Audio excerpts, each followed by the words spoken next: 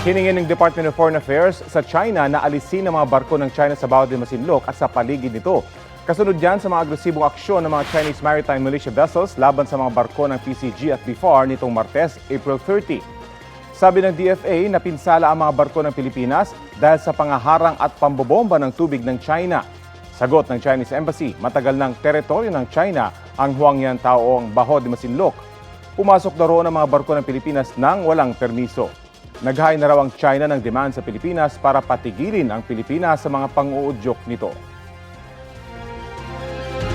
Kapuso, alamin ang maiinit na balita. Bisitahin at mag-subscribe sa GMA Integrated News sa YouTube. Sa mga kapuso abroad, samahan niyo kami sa GMA Pinoy TV at sa www.gmanews.tv.